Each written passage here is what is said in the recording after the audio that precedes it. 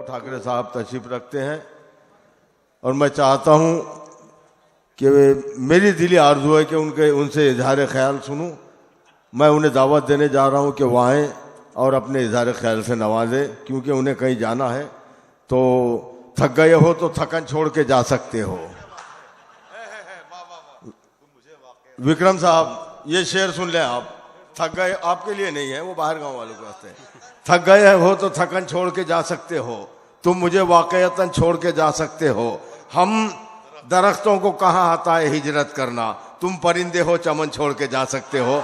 जोरदार तालियों से इस्तकबाल करें। हमारे विक्रम भाऊ ठाकरे साहब से इजहार ख्याल सुनते हैं। ना जियो धर्म के नाम पे, ना जियो धर्म के नाम पे, ना मरो धर्म के नाम पे।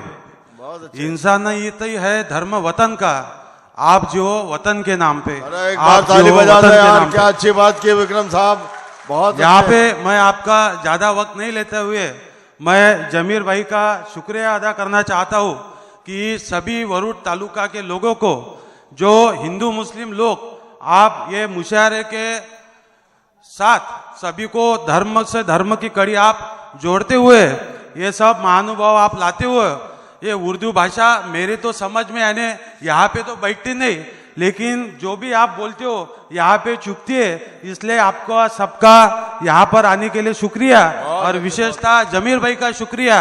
और ऐसे प्रोग्राम वो आगे भी लेते आप चलिए, हम आपके सब जन साथ है। शुक्रिया मेरे को बुलाने के लिए, धन्यवाद। बहुत अच्छे भाई, बहुत अच्छे।